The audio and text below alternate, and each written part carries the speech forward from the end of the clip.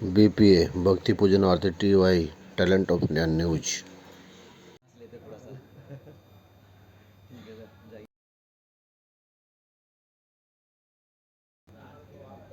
Sir थोड़ा सा परिचय दीजिए। सर मेरा नाम है विवेक आनंद मिश्रा। मैं मध्य प्रदेश का रहने वाला हूँ और मेरी जो इस कला के क्षेत्र में शुरुआत हुई है भोपाल से हुई है। मैंने वहाँ से रंगमंच शुरू किया। कॉलेज कंप्लीट करने के बाद फिर मैं बॉम्बे शिफ्ट हुआ और फिर मेरी यात्रा पिछले 6 साल से लगातार जो शुरू हुई है, तो अभी बस आप सबके आशीर्वाद और सपोर्ट से चल रही है। कितने फिल्मों में काम कर चुके हैं? तकरीबन सर अभी तक 6 फिल्में हो गई हैं। जो मेरी पहली फ़िल्म थी सीक्रेट्स ऑफ लव, वो मैं और उसमें Ravi Kishan as a lead में थे। MX प्लेयर पे है वो फिल्म, आप देख सकते हैं। और उसके बाद हमने पंडित दीनदयाल उपाध्याय जो बीजेपी के संस्थापक रहे हैं उनके ऊपर फिल्म की। उसमें मैंने कैरेक्टर किया। एक फ़िल्म की जिसमें मैंने एज अ कृष्ण किया। एक फ़िल्म की जिसमें मैंने नेगेटिव पार्ट निभाया हुआ है, अभी वो कुछ टाइम के बाद रिलीज़ होने वाली है। और एक फ़िल्म की जिसमें मैंने एज अ कृष्ण भी किया। एक फ़िल्म है hero of nation Chandrashekhar Azad, जिसमें मैंने भगत सिंह भी किया है। और अभी 2 ही हमारे पार्ट हो ही गया, द राइज़ ऑफ सुदर्शन चक्र and the legend of Sudarshan चक्र। तो बस अभी सिलसिला चल रहा है धीरे धीरे।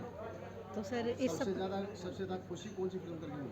सबसे ज़्यादा जो मुझे खुशी मिली है फ़िल्म करके वो है अंतर्यात्री महापुरुष, जो कि आचार्य श्री विद्यासागर जी के जीवन पर आधारित है। और दूसरी है द राइज़ ऑफ सुदर्शन चक्र, जो कि सुदर्शन लाल जी महाराज के ऊपर आधारित फिल्म है।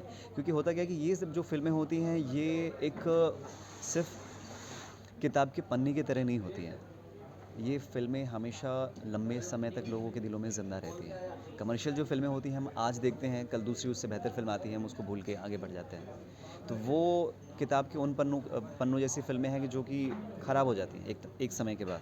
और ये ऐसी किताब है जो कि आजीवन, मुझे लगता है कि जब तक मैं इस संसार में हूँ या फिर शायद जब मैं ना रहूँ, उसके बाद भी ऐसी फ़िल्में जो हैं हमेशा ज़िंदा रहती हैं और लोगों का प्यार जो है हमेशा बरकरार रहता है। तो ये ऐसी फ़िल्म करके मुझे बहुत खुशी मिली। सर इस फिल्म को बनाने का आपका सपना?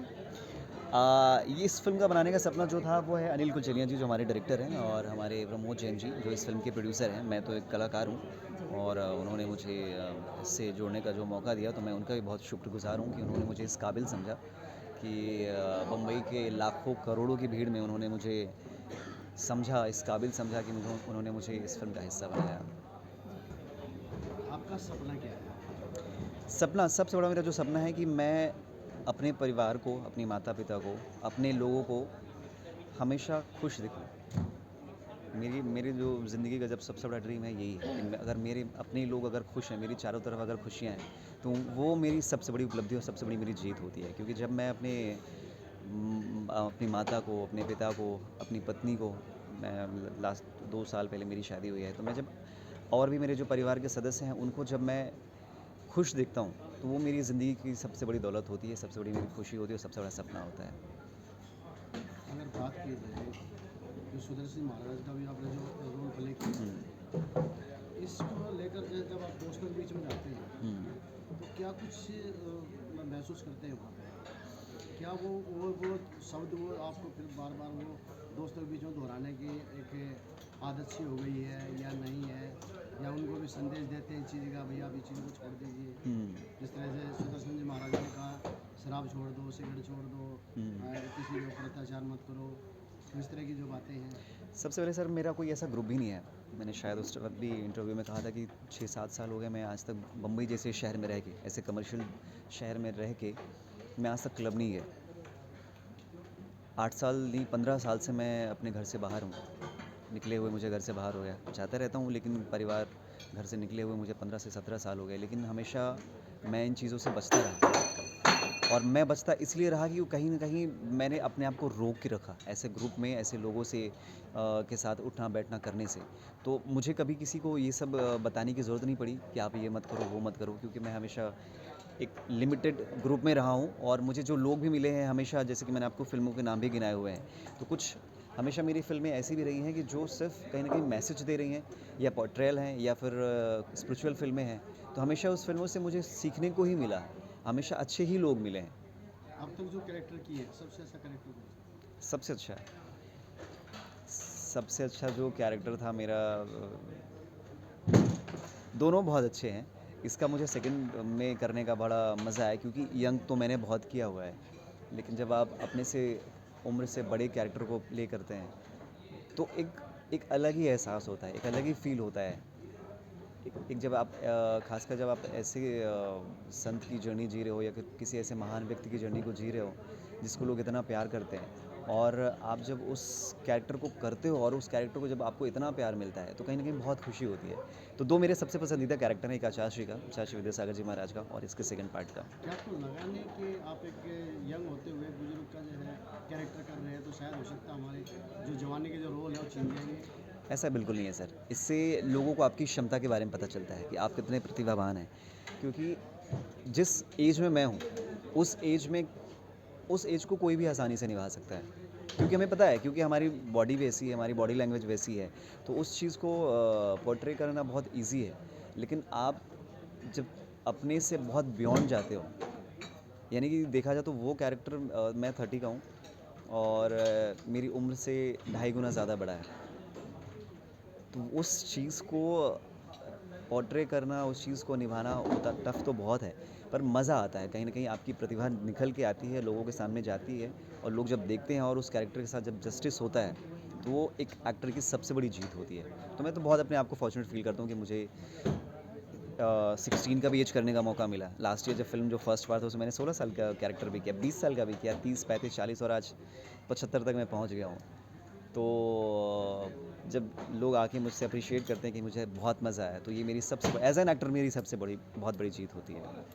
ऐसा कोई रोल जो आप करना चाहें, ऐसा कोई कैरेक्टर हो मन में कि अगर वो मुझे कैरेक्टर मिले तो मैं उसके लिए हमेशा एकदम से तैयार हूँ? मेरा जो सबसे बड़ा ड्रीम है वो है आर्मी ऑफिसर का। विवेक आनंद मिश्रा जी, जिन्होंने परम श्रद्धेय सुदर्शन जी महाराज की भूमिका को जीवित किया है और दोबारा फिर से वो ऐसी ही भूमिका करना चाहेंगे। सुदर्शन महाराज जी ने हमेशा मानवता के लिए कार्य किए हैं। सुदर्शन महाराज जी का जीवन हमेशा मानवता के लिए समर्पित रहा है। सुदर्शन महाराज की अगर हम बात करें तो सुदर्शन महाराज जी ने हमेशा मानवता को बढ़ावा दिया है और इसके साथ साथ हमेशा नशे से दूर रहना। सबको बताया कि नशा हमेशा विनाश की जड़ है, हमेशा आपका विनाश कर सकता है। और यही नहीं, हमें अहिंसा परमो धर्मा, अहिंसा परमो धर्मा को सबसे उचित बताया कि आप कभी किसी पर कोई हिंसा मत कीजिए, कभी किसी जीव को काट कर मत खाइए, क्योंकि आप वो समझ लीजिए कि बहुत बड़ा पाप कर रहे हैं वहाँ पर अगर आप किसी जीव की हत्या करते हैं। यही नहीं, एक दफ़ा उन्होंने अपने एक शिष्य को, जब उनका शिष्य एक चींटियों को मकान से बाहर जो है पोछे से बाहर कर रहा था, तो उस समय श्रद्धेय गुरु जी महाराज जी एकदम से आ गए और उन्होंने देखा तो उन्होंने एकदम से उस अपने शिष्य को डांट फटकार लगाई कि ये क्या कर रहे हो तुम, ये बहुत ही ज़्यादा गलत है। अगर क्योंकि जीव सभी के अंदर है, आप सोच कर देखिए, आप इतनी धूप में, अगर तपती धूप के अंदर आप उन्हें अगर बाहर छोड़ देंगे तो क्या वो मरेंगे नहीं? चींटियों को क्यों मारने के लिए आप जो है ज़मीन पर छोड़ रहे हैं? तो उनको आप अवश्य आप अंदर कीजिए उनको सभी को। तो भी जो है कहा कि उस शिष्य ने कि गुरुजी माफ़ कर दीजिए मुझसे जो गलती हुई है मैं उसकी क्षमा मांगता हूँ। और ऐसे ही न जाने कितने ऐसे सामने आएंगे। ये तो एक छोटी सी स्टोरी बनाई गई है जितना, क्योंकि ना तो श्रद्धेय गुरु जी महाराज ने अपने जीवन लीला को कहीं लिखा था और ना ही जो है कहीं किसी चित्रपट पर कभी इससे पहले कोई इस तरह की कहानियाँ सामने आई हैं। लेकिन गुरु जी श्रद्धेय महाराज के जो जीवन पर चरितार्थ हुआ है, ये बहुत लोगों को प्रेरित करने वाला है। और अगर हम बात करें श्रद्धेय मुनि महाराज की, तो उनका तो जीवन हमेशा ही मानवता के लिए समर्पित रहा है और जिन भी कलाकारों ने इसमें अपनी भूमिका निभाई है, और सबसे ज़्यादा श्रेय तो उस टीम को जाता है जिन्होंने इसकी शुरुआत की है। तो आप देखिए श्रद्धेय गुरु जी महाराज सुदर्शन मुनि जी महाराज के जीवन पर चरितार्थ इस फिल्म के अंदर अगर आप पूरी तरह देखेंगे तो आपके रोंगटे खड़े हो जाएंगे, क्योंकि श्रद्धेय गुरु जी महाराज ने जितने भी कार्य किए वो मानवता के धर्म के लिए किए हैं, मानवता के लिए किए हैं। उनके लिए कोई धर्म छोटा या बड़ा नहीं था।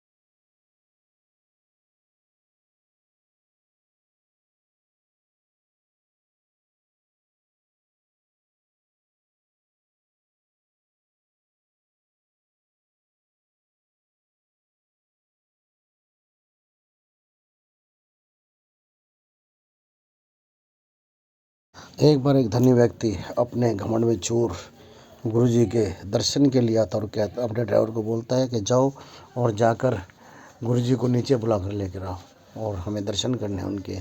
तो इस पर ड्राइवर भी बहुत ही ज़्यादा मतलब अचंभित रह गया कि ये क्या कर रहे हैं। सेठ कल तक तो साधु संतों के दर्शन के लिए तड़पते थे और आज उस साधु संतों को ही अपने पास बुला रहे हैं। तो जब मुनि जी महाराज के पास ड्राइवर पहुंचा तो ड्राइवर को जब गुरु जी ने कहा कि आप जाइए, आप उन्हें यही लेकर आइए, तब वहाँ पर बैठे एक व्यक्ति ने बताया कि कल तक तो ये महाराज सभी मुनियों के पास जो जा जाकर हुए दर्शन किया करते, उनके आशीर्वाद पाते। तो जब आपने आशीर्वाद दिया तो उसके उपरांत ही इनका जीवन बदला है और आज इतना अहंकार हो गया उनको कि धन का अहंकार हो गया कि गुरु को भी अब वो गुरु नहीं मानते और गुरु को एक शिष्य के भांति आदेश देने लगे हैं, कहने लगे हैं कि नीचे आओ, हमने आपके दर्शन करने हैं। यानी इतना अहंकार वो ठीक नहीं है। तब इस बात को जो है उस धन व्यक्ति ने क्षमा याचना की कि गुरुजी मुझे माफ़ कर दीजिए, ऐसा मैं दोबारा कभी नहीं करूँगा, जो भी कुछ दिया है आप ही का है। इस पर ड्राइवर के चेहरे पर भी चमक आई। तब गुरुजी ने कहा कि तुम हमेशा परोपकार में ही लगे रहो, अगर किसी भी घमंड में रहोगे तो जो तुम्हारे पास है वो सब दूर हो जाएगा। तो गुरुजी हमेशा भ्रमण पर रहे और भ्रमण करते रहे और चलते रहे जीवन की यात्राओं पर और हमेशा एक नए मार्ग पर पानी की तरह बहते रहे, शीतलता के फैलाते रहे अपनी। कहते हैं कि एक दफ़ा गुरुजी महाराज रास्ते चलते हुए जा रहे थे तो एक जैन धर्म का ही एक व्यक्ति जो शराब के नशे में युवा सड़कों पर घूम रहा था और उन्होंने मुनि महाराज को देखा और वो पैर छूने के लिए निकला। तब उनके तो देखते ही जो पैरों की तरफ जो बढ़ा दर्शन के लिए, तब शिष्यों ने भी रोका कि नहीं नहीं, ये क्या कर रहे हैं आप नशे में, आप दूर हट जाइए। लेकिन वहीं गुरुजी महाराज ने देखा कि ये व्यक्ति तो नशे में है, इसे सही राह नहीं मिली है। तो इस पर उसके पिताजी ने भी भाग कर उसे रोका, कह रहा कि क्यों ऐसा पाप कर रहे हो। इस पर गुरुजी ने भी कहा कि नहीं, कोई बात नहीं, आप इन्हें छोड़ दीजिए और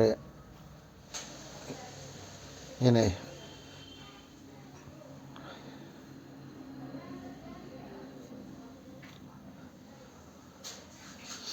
हो सकता है कि इनका जीवन सुधर जाएगा, आप बेफिक्र रहिए।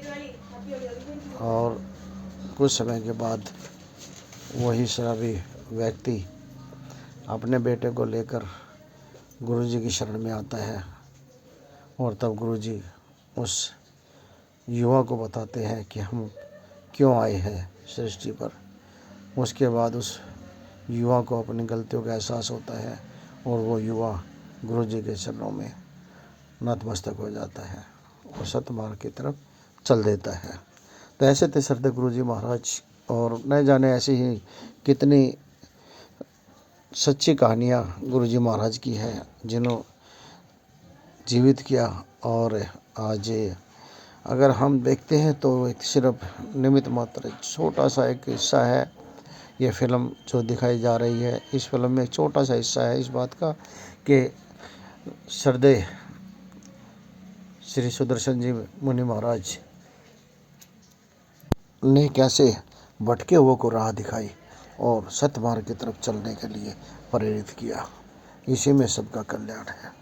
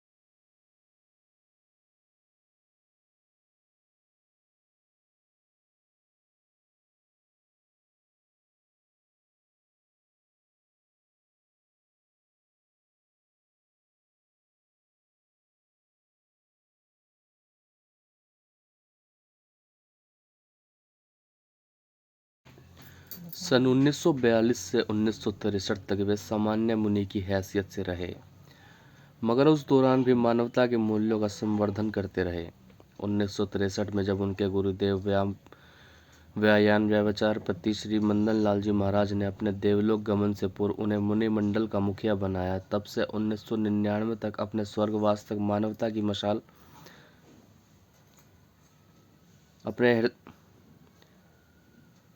अपने हृदय में तथा अपने हाथों में संभाले रखी, जिससे समग्र सृष्टि का अंधकार विलीन होता रहा। वे याति की सफलता से बच बच कर चले, ताकि मानवीय गुणों का अवमूलन ना हो। हाँ, ये उनकी मानवता का प्रभाव था या लोक श्रद्धालुओं का वार कि याति उनके चक्कर काटती रही। वे गम खा लेते थे और विष पी लेते थे और वक्त पे होठों को जबरन सी भी लेते थे। मानवता की दूसरी पहचान है प्राकृतिक व सहज विनम्रता। इस मानदंड पर भी वे 100% महामानव थे। अहम भाव उन्हें कभी छू नहीं पाया। लाखों भक्तों के निर्विवाद गुरु होने पर भी उनका सिर सदैव झुका रहा। उन्होंने अपनों से बड़ों के सामने सिर झुकाया, उनकी आज्ञा निर्देशों को निभाया, उनका गुण कीर्तन किया, अपने हम उम्र लोगों को अपने से ज़्यादा से मान दिया, उनकी योग्यताओं को निखारने में सहयोग दिया, यही नहीं, उन्हें महिमा मंडित किया तथा अपनों से लघुतरों को भी कभी सुदर्शन जी छोटा नहीं महाराज माना। ने छोटा सभी साबित को करने का तो बताया प्रश्न ही कि आप नहीं अपने उठता। बेटे बेटियों को भी उनमें निहित क्षमताओं को शिक्षा उभारने का दीजिए, प्रोत्साहन उन्हें दिया, ज्ञान अवसर दीजिए दिए, और मंच दिए, बताइए प्रशंसा कि दी। हम किस तरह से उनका अपने बड़प्पन इसी बात साधु में था कि संतों की, उनसे कभी अपने बड़प्पन मुनियों नहीं की माना। सेवा कर सकते हैं और किस तरह से हम मानवता के लिए कार्य कर सकते हैं। और यही नहीं, जिस समय मुनि महाराज और यह आते हैं विशेषता तो भी उन्हें सहज किस तरह थी। से मानवता प्रसाद की दिया तीसरी जाता है, विशेषता है इसके लिए भी जो अनुकंपा है भाव, उन्होंने प्रेरित दयालुता। किया। एक बच्चे ने इस बिंदु पर खाते तो हुए उनकी मानवता मुनि प्रकटता महाराज ले को जब चुकी थी। वो अपना दूध का कहा के तो वो कहा कि नहीं, कोई नहीं, बच्चा है, बच्चा भाव से दे रहा है तो भाव हर दुखी बहुत ही के लिए ज़्यादा वे जरूरी है। दवा इसलिए और दुआ बेटियों को भी बनकर सिखाना जिए। चाहिए कि हमें किस तरह से मुनि जी महाराज जब आते वे हैं तो किसी उन्हें की किस तरह से पीड़ा उन्हें देख दी ही नहीं जाती सकते है। थे, अंदर तो से सिहर इस जाते तरह से थे, श्रद्धा गुरु जी महाराज ने समाधान सभी भी को कर देते थे। जैन मुनि उनकी धर्म निगाहों में करुणा में थी, सभी हाथों होने में वाली पीड़ा हरने गतिविधियों के वाला बारे में जादू था, बताया और वाणी में घर प्यार घर की जाकर वो बारिश सब थी सलाह लिया करते थे। और यही दिल में सब दया का दरिया जैन था। धर्म के सभी उस संत को लोगों को अनुकंपा देव कहा जाए तो करना सत्य के चाहिए। साथ न्याय और होगा। हम तो ये कहेंगे सर्वधर्म को इस चीज़ को मानवता का अपनाना चौथा चाहिए, सद्गुण होता है क्योंकि अमार सत्य, साधु अर्थात संतों ईर्ष्या की का वाणी अभाव। कभी खाली नहीं जानी होती। इस धरातल पर उन जैसा दूसरा व्यक्ति विरला ही मिलता है। भर्तृहरि ने ज्ञानवादक साधकों की कुछ दुर्बलताओं में से एक प्रमुख दुर्बलता को बताते हुए लिखा है, बौद्ध द्वारों मत्सर ग्रस्ता ज्ञानवान लोग ईर्ष्या के शिकार होते हैं। श्री दर्शन लाल जी महाराज ऐसे संत थे जिन्होंने इस मान्यता का अपवाद बनकर दिखाया। आज के युग में जहां धर्म के क्षेत्र में भी प्रतिस्पर्धा तथा ईर्ष्या का बोलबाला है, मानवता के उस मसीहा का जीवन आशा की किरण बनकर सृष्टि को प्रकृति का संदेश प्रदान कर रहा है। आज के युग में जहां धर्म के क्षेत्र में भी प्रतिस्पर्धा तथा ईर्ष्या का बोलबाला है, मानवता के उस मसीहा का जीवन आशा के किरण बनकर सृष्टि को प्रकृति का संदेश प्रदान कर रहा है। मानवता के उद्भव और विकास को जिस संत सन्यासी ने अपना धर्म माना, अपना ध्येय बनाया, उनका निवारण 25 अप्रैल 1999 के दिन दिल्ली में हुआ। उनका जन्म हरियाणा, दीक्षा से पंजाब, निवारण से दिल्ली को धन्यता मिली, तो उनके समग्र जीवन दर्शन ने अखिल धरा की कीर्ति कथा पर पीसी था। जरूरत है तो उनके आचार विचार के प्रसार की और स्वीकार की।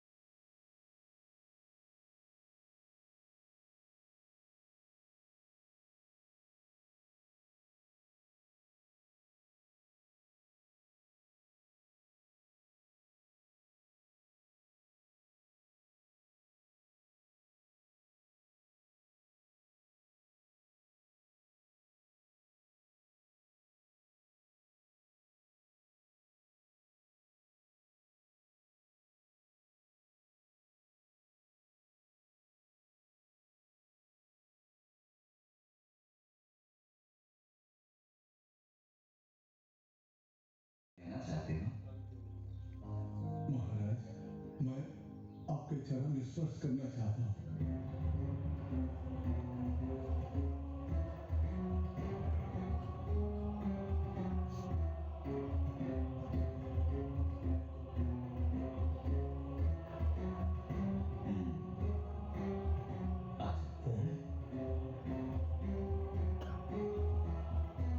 डरो मत, आ जाओ।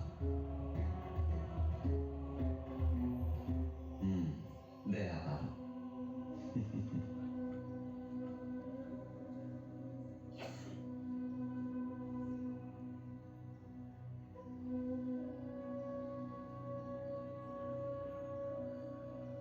मैं तुमसे कुछ मांगू? मना तो नहीं करोगे? उस छोटे आदमी को आपने अपना चरण स्पर्श करने दिया, मैं तो निहाल हो गया महाराज। किसने कहा कि तुम छोटे हो? अगर तुम छोटे हो तो मैं भी छोटा हूं, क्योंकि तुम मेरे भाई जैसे हो।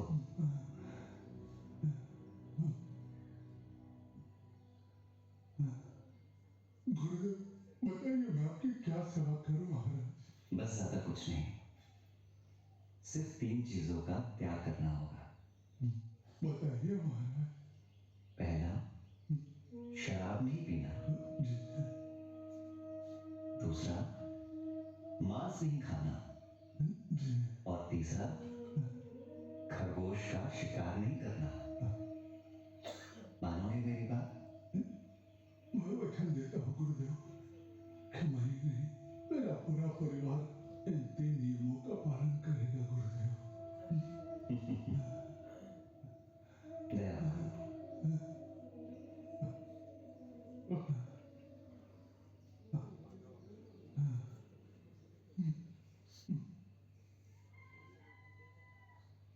गुरुदेव, हाँ मुझे आपसे कुछ बात करनी है। हाँ, बोल। गुरुदेव, आप लोग चलिए, मुझे गुरुदेव से कुछ बात करनी है।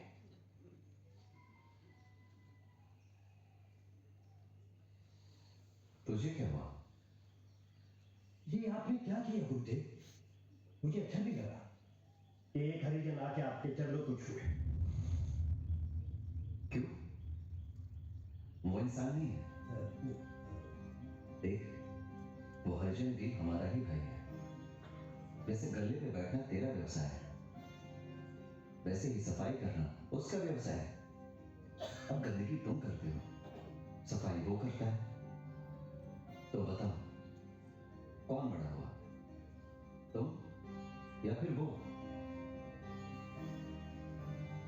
देखो, इस दुनिया में कोई भी छोटा बड़ा नहीं होता है, और जो छोटा बड़ा करता है वही छोटा होता है। और तेरे जीवन की भी डायरी मैं अच्छे से जानता हूं। तू शराब पीता है, तब भी मेरे साथ साथ चल रहा है।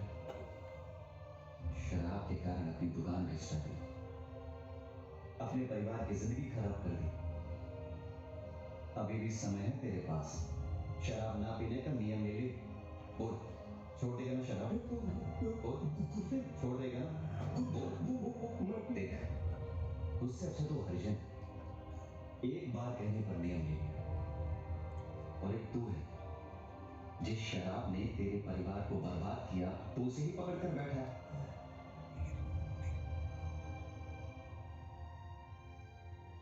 गुरुदेव, क्षमा कीजिए गुरुदेव, मुझे क्षमा कीजिए। क्या कहेंगे सर, जिस तरह से आज सुदर्शन जी महाराज पर जो फिल्म दिखाई गई है? भारत विश्व का सबसे प्राचीन देश है। सब प्रकार की चुनौतियां इस देश ने सही है। उसके बावजूद आज भारत विश्व का शिरोमणि बनने जा रहा है। उसका श्रेय किसी और को नहीं, भारत की संत परंपरा को जाता है। पूज्य सुदर्शन जी महाराज ऐसे संतों की श्रृंखला में अग्रणी पंक्ति में खड़े हुए दिखाई देते हैं। आज समाज के सामने जितनी भी चुनौतियां हैं, चाहे परिवार के तोड़ टूटने की हो, चाहे समाज के टूटने की हो, चाहे व्यसनों की हो, चाहे अन्य प्रकार की कुरीतियों की हो, उन सब का समाधान अगर है तो सुदर्शन जी महाराज के उपदेशों में है। और आज की फिल्म में बहुत अच्छे ढंग से उन सारे उपदेशों को पिरोया गया है, संजोया गया है, सबके देखने योग्य है, प्रेरणा देने वाली है। कपिल जी, क्या कहेंगे आज सुदर्शन मुनि जी के महाराज की जो उन पर जो फिल्म बनी है, आपने भी देखी है, आपके भी कई जगह आंसू निकल आए थे। बिल्कुल सत्य बात है। हम सबका सौभाग्य तो नहीं रहा था श्रद्धेय सुदर्शन मुनि जी महाराज से साक्षात भेंट होने का, पर आज की इस मूवी को देखकर हम सबको एक ऐसा लगा कि हम पुनः उस युग में पहुंच गए हैं और हमारे सामने वो युग पुरुष सूर्यास्त के समय पर हम सबको छोड़कर जा रहे हैं, ऐसा दृश्य हम सबके सामने आया। हम सब भाव विभोर हो गए थे उस समय और उस युग में पहुंच गए थे, ऐसा लगता है। उस सबसे ऊपर मुझे लगता है कि इस पिक्चर के बनाने का जो उद्देश्य है, वो उद्देश्य आज की पीढ़ी को, आज के हम सब समाज को एक संदेश पहुंचाने का है कि हमें अपने परिवार का ध्यान रखना है, परिवार को संस्कार हम सही समय पर पहुंचाएं, इसका ध्यान रखना है, जिससे कि ऐसी संस्कारित हम अगली पीढ़ी प्रस्तुत करें जो राष्ट्र सेवा में, राष्ट्र हित में और इससे ऊपर विश्व कल्याण की तरफ कार्य करे। कलाकारों को क्या कहेंगे? कलाकारों का अभिनय अपने आप में बड़ा ही विस्मयकारी था। कहीं से मतलब ऐसा लगता ही नहीं था कि साक्षात सुदर्शन मुनि जी महाराज हमारे बीच में नहीं हैं। ऐसा लग रहा था कि वो स्वयं हमारे सामने हैं और हमारे सामने ये सब हो रहा है। एक चीज़ और है, सुदर्शन मुनि जी महाराज या जैन मुनि महाराज की कोई भी कह लीजिए, वो एक बात कहते हैं कि शराब से, अंडे से, मीट से, इन चीज़ों दूर रहिए, हिंसा मत फैलाइए। और दूसरी तरफ दिल्ली के अंदर केजरीवाल जी गली गली जो है ठेके खोल के बैठे हुए हैं। मुझे लगता है राजनीति के विषय को यहाँ नहीं लाएं। राजनीति वालों को धर्म आधारित राजनीति करनी चाहिए। विश्व हिंदू परिषद का ये संदेश उनके लिए है।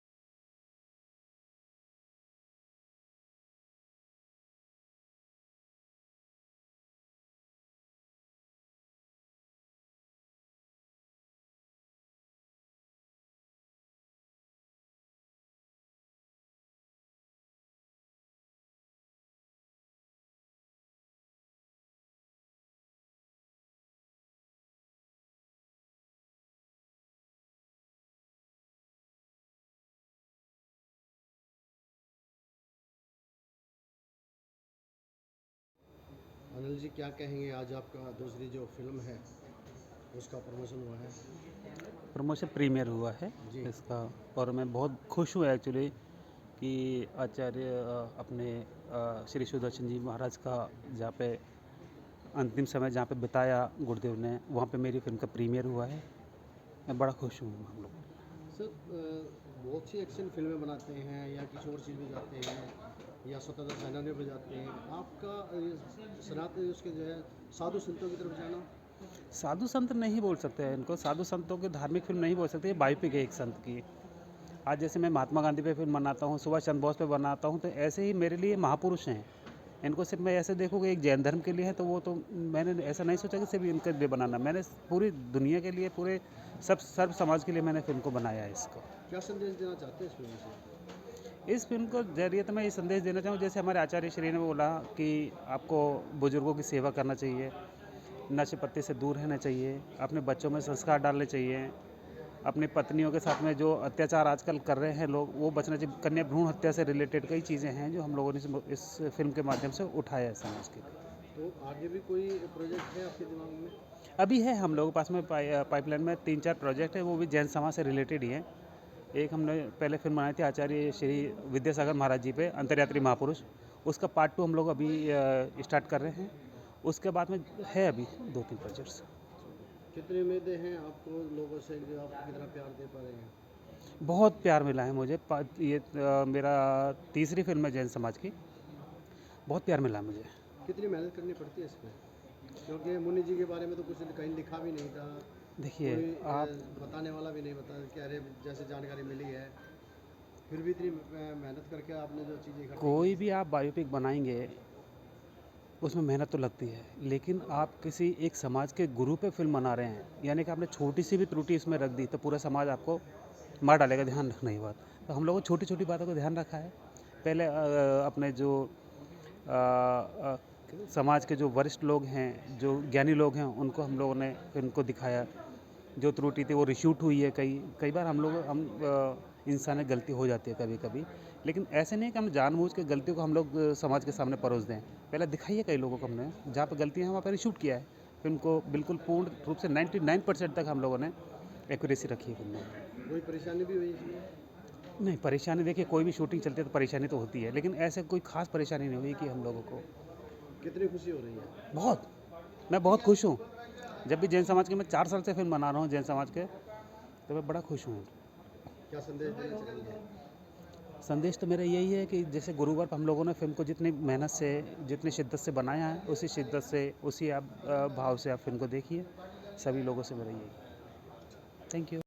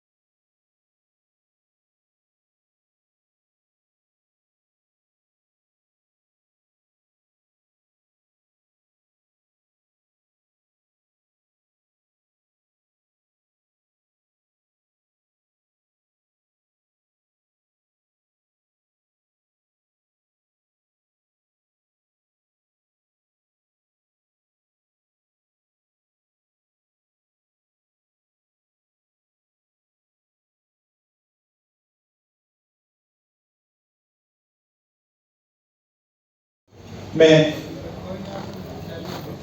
सुदर्शन चक्र भाग 2 इसके प्रीमियर शो पर मुझे निमंत्रित किया गया और मुझे ये कहने में तनिक भी संकोच नहीं है बल्कि गर्व है।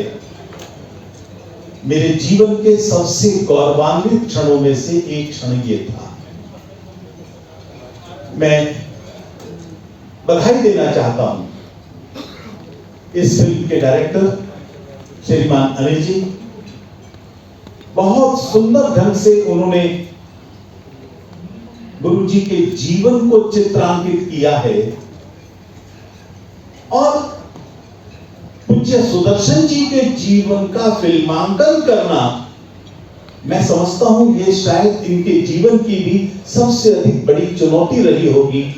उनका कोई चित्र नहीं है, उनकी जीवनी का कोई क्षण उनके द्वारा लिखा हुआ नहीं है, उनके कोई भाषण उनके द्वारा लिखे हुए नहीं है, तो भी उनके सब जीवन के प्रमुख घटनाक्रमों को संजोना और उनके संदेशों को पिरोना, यह वास्तव में बड़ा कठिन कार्य था।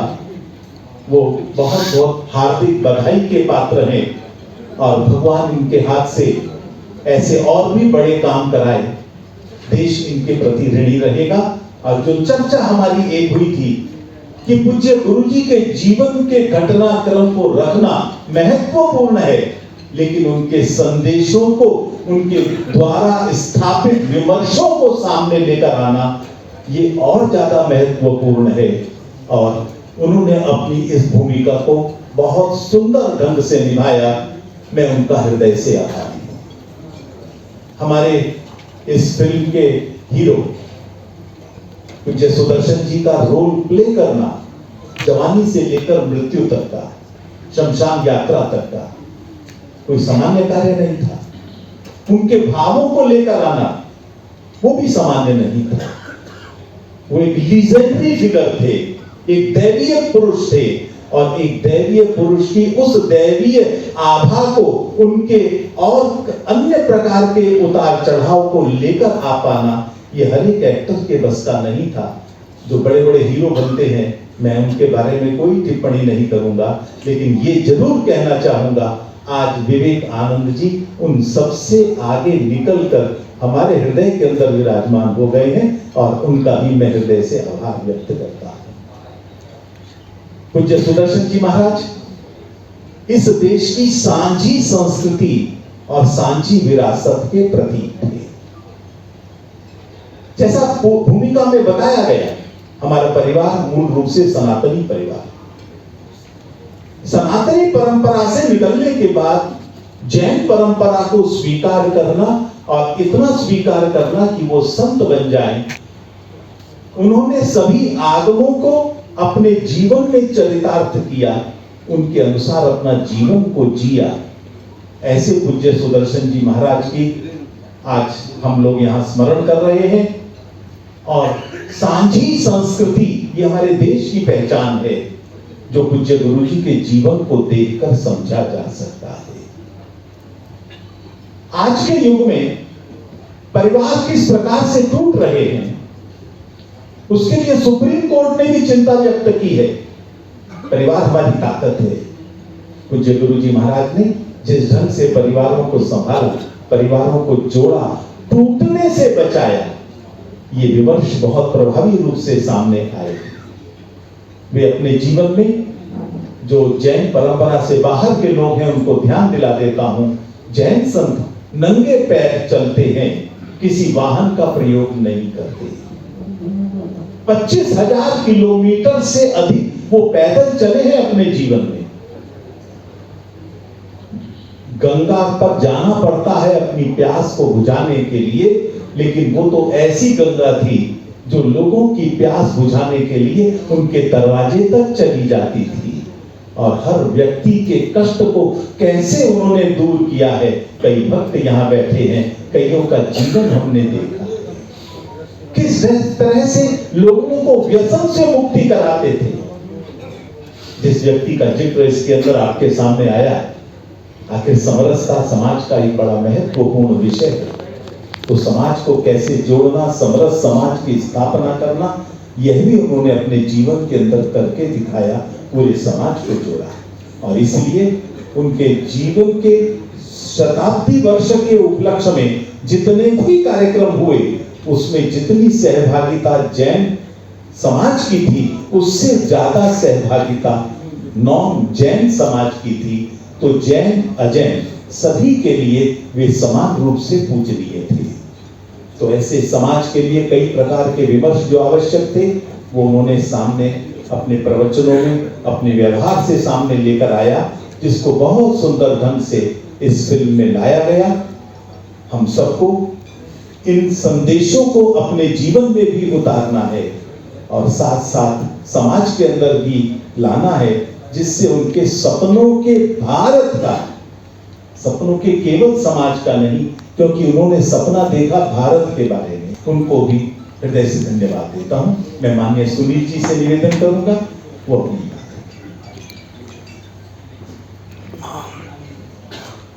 पूज्य गुरुदेव संत सुदर्शन जी, उनके चरणों में वंदन। मेरा सौभाग्य नहीं रहा कि उनके जीवन काल में उनके दर्शन कर सकूं, लेकिन आज इतना भाग्य जरूर था कि आज उनके जीवन पर बनी ये फिल्म मैं देख सकूं और उनके जीवन के उस संदेश और उनके जीवन के उस भाव को कुछ ग्रहण कर सकूं। की है ये अत्यंत अभिनंदनीय है। और ऐसे जीवन जो चिरंतन एक संदेश देते हैं सबके लिए, किसी एक समाज के लिए नहीं, सबके लिए, तो ऐसे जीवन और उनके संदेश कलात्मक रूप से बाहर लाने का ये माध्यम जो चुना गया वो बहुत ही अच्छा है, और जिससे सामान्य भाषा में सहज रूप से उनका संदेश सामान्य से सामान्य व्यक्ति को भी तक पहुंचाया जा सकता है। मैं इसके लिए इससे जुड़े सभी लोग और विशेषकर श्रीमान अनिल जी, जिन्होंने इसके निर्माण में और डायरेक्शन निर्देशन में बहुत बड़ी भूमिका निभाई, और विवेक जी, जिन्होंने मुख्य पूज्य गुरु जी के भूमिका को साकार किया ताकि हम समझ सके गुरुदेव के संदेश को। तो इनका कार्य बहुत ही अभिनंदनीय है और इनको मैं बहुत बहुत शुभकामना देता हूँ।